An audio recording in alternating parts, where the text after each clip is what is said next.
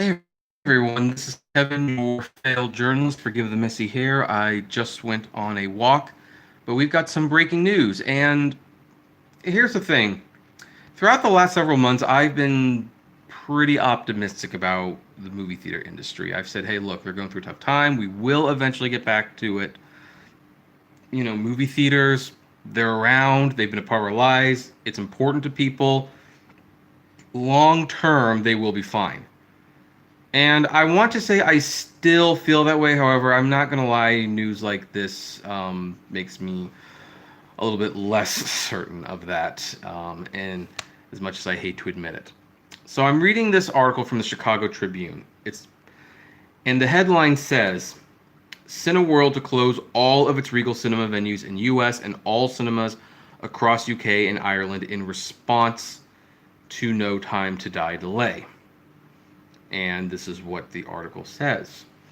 Cineworld is shuttering all 543 of its Regal cinema venues in the US and all cinemas across the UK and Ireland this coming week, just a day after James Bond film No Time to Die was pushed to April 2021. Why James Bond didn't move up and take advantage of the fact that there was no other movies in theaters for another month and a half, I don't know. I actually think No Time to Die would have done much better during a pandemic than Tenet would, if only because Tenet, as great as it was a little too cerebral for most audiences, I think. Now, Variety understands from sources that the chain will close all sites in both countries as early as this week, with staff notified ahead of Monday. Regal is the second largest domestic chain in the US, while Cineworld is the UK's biggest cinema chain operator. In the UK, Cineworld, which declined to comment, is understood to be writing to Prime Minister Boris Johnson and Culture Secretary Oliver Dowden this weekend to explain that the exhibition sector is, quote, unviable due to studios delaying tentpoles as a result of anxious audiences steering clear cinemas amid the global pandemic. The Cineworld closures will put up to 5,500 jobs at risk in the UK, maybe up to 28,000 jobs in the US. Sources indicate a reopening date hasn't been set, but the cinemas could stay closed until 2021. And who knows, we might even see AMC and Cinemark following suit, and that would be especially bad because here's what they're doing and why they're doing this. They're doing this because, yeah, they don't have new movies, and clearly the catalog stuff isn't bringing enough people in to, justify keeping the doors open. So, my thoughts on this is that the theaters and the studios, they really need to get together and they need to get on the same page. There has to be a little bit of give and take.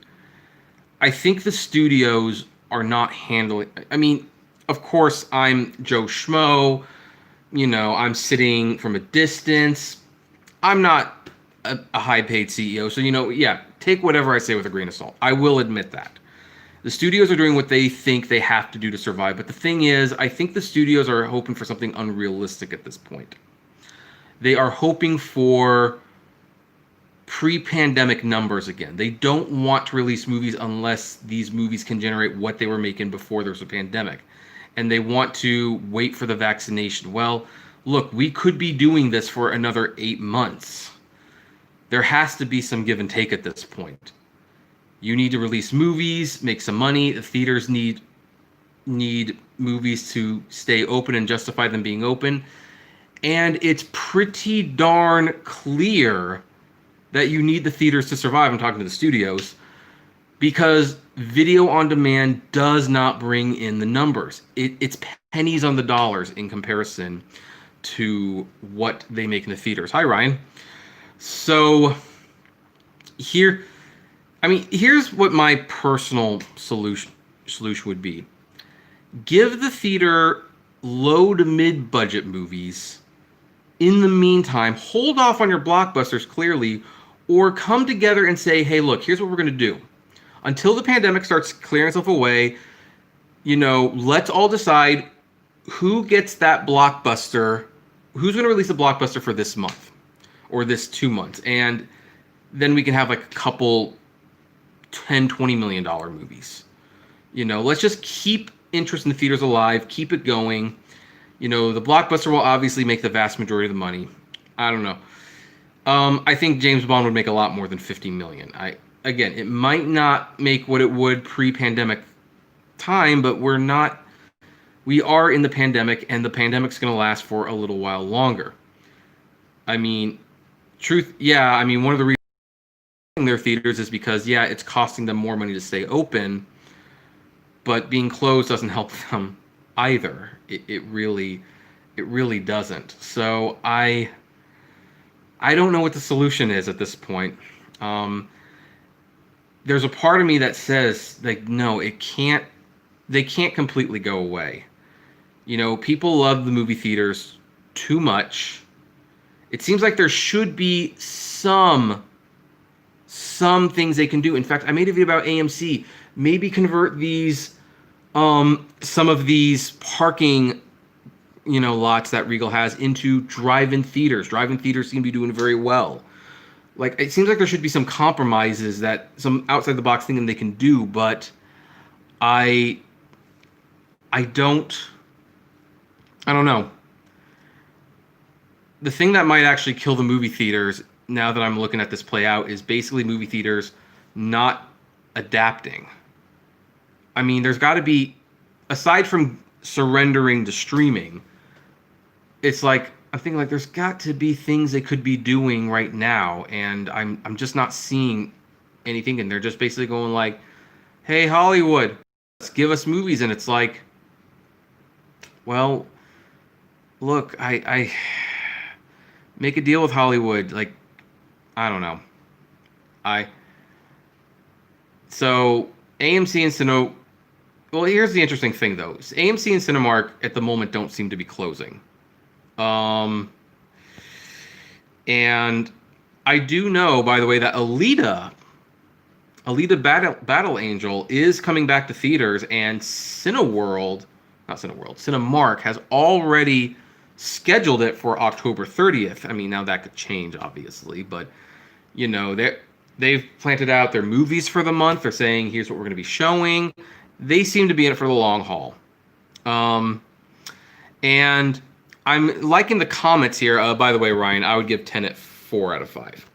Andrea, haven't seen you in a while, Andrea. Welcome back. Says, this virus isn't going away, but many things will if we pretend like we can hide from it. They just can't wait it out, which I agree with. And Lightbringer says, some studio has to bite the bullet. Yeah, and here's the thing. You don't have to bite the bullet with a major movie. Like, what about that Agatha Christie movie that Kenneth Branagh directed? I mean, shoot. Why'd that get delayed from October? That Robert De Niro movie, Fighting with War with Grandpa, which is still scheduled for the moment for October 9th. Okay, that's not an expensive movie. Put that in theaters. Leave it there. I was like blown away that Warner Brothers moved Robert Zemeckis' The Witcher exclusively to streaming. It's like, so wait a minute. Instead of putting it in theaters and making maybe even $10 million and then streaming, you just put it, I don't know. So, hey, Aaron, how you doing?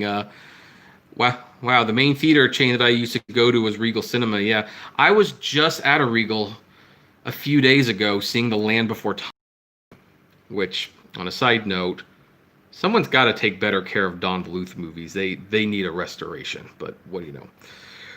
Trashy Gamer says, this sucks. I thought Tenet would save theaters. Hindsight's always 20/20. I think had Tenet come out and then Mulan had come out and they had a 1-2 punch, maybe they would have had a fighting chance, but not everyone wanted to see Tenet. And once word got out how confusing Tenet was, and it is confusing, it's very confusing. I think a lot of people just said, I'm not going to risk my life for something I'm not going to understand. And here's one thing, Aaron, because one thing that theaters are doing, and I think they'll continue to do this, whenever like counties start allowing theaters to reopen, I've noticed a lot of theaters are still jumping on that because there are people in that town who have not been to a theater. There's still like 30% of the nation that isn't open, and that's like making a big deal. So, and Lightbringer says, I'm in New York. Theaters won't be opening anytime soon. And Trashy here says, yeah, Disney screwed up. Yeah, especially since Mulan did not make a lot of money on premium video on demand. There's actually reports that it might have made as little as 90 million. So there you go. So anyway, that's that's what's going on right now with the movie theaters. We'll have to see if the other theaters follow suit. They might, but then on the other hand, with Regal cinemas closed, that might drive some of the traffic to the other theaters and increase their attendance. So you never know. Things like that could still happen. I have noticed some theaters have started reducing hours. Maybe some of these theaters will become weekend things, and maybe that's just how it has to be for a while. Like, we can't operate Monday through Thursday. Who knows? But, and also, another reason this might be happening is because if the theaters are closed, it gives you a much easier chance to negotiate not paying rent. So, I don't know. But anyway, this is disappointing. I'm still going to hold out hope because you know what? The theaters have been dying for years. Ever since DVD became VHS, people thought the theaters were going to die. So I do think it will survive, but it's going to look very different on the other side. There will be revenues shut down. One of the major chains might go under. There might have to be a merger. Someone's going to file for bankruptcy protection, which I think they will survive. Maybe the governments will even help save the theaters, though. Who knows? I mean, I don't think it's high on their priority list, but hey, I've been surprised before. So anyway, let's. Andrea says, I want to keep going as long as it's safe. Well, Andrea, it actually is very safe now. I've been there several times, and I've even been to a sold-out showing of Akira in IMAX, and no one was sitting next to each other unless they came with that person. They did a very good job of separating everyone. And in fact, one time I went to the theaters, and I felt a little liquid in the cup holder. That's because they had just disinfected the theater before we walked in. And so, you know, I feel safe, and people are wearing their masks, so I feel safe. And if you look around and you don't feel safe, of course you can leave, but you know, I actually feel more safe there than I do the grocery store, where people are constantly taking their masks off, and for reasons I'm not entirely sure. But anyway, but yeah, we're gonna have to see what happens from this point on. I do believe the theaters will survive, but it's gonna look different at the other end. So, you know, anyway, and yeah, I agree, Aaron. It is hard to make back here. Well, here's the thing. They don't make a lot of money on the tickets anyway. One of the problems I see, yeah, had a private showing attendant, felt very safe. No one else bought tickets. It was very sad. Yeah. One of the problems, and this is why I've been making a point to buy snacks when I go there, is like, I have been looking around, and unfortunately, people are still being their cheap ways. I see a lot of people sneaking snacks in, and right now they really can't be doing that. They need to be buying a big bucket of popcorn or a large drink, or heck, a hot dog or a candy bar, just something to help them survive.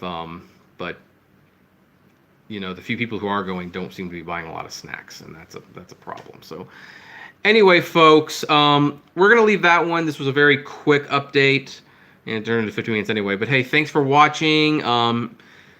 What do you think of this video? I'd like to know. Comment below, like, favorite, share, subscribe, and as always, flame responsibly. Have a good one.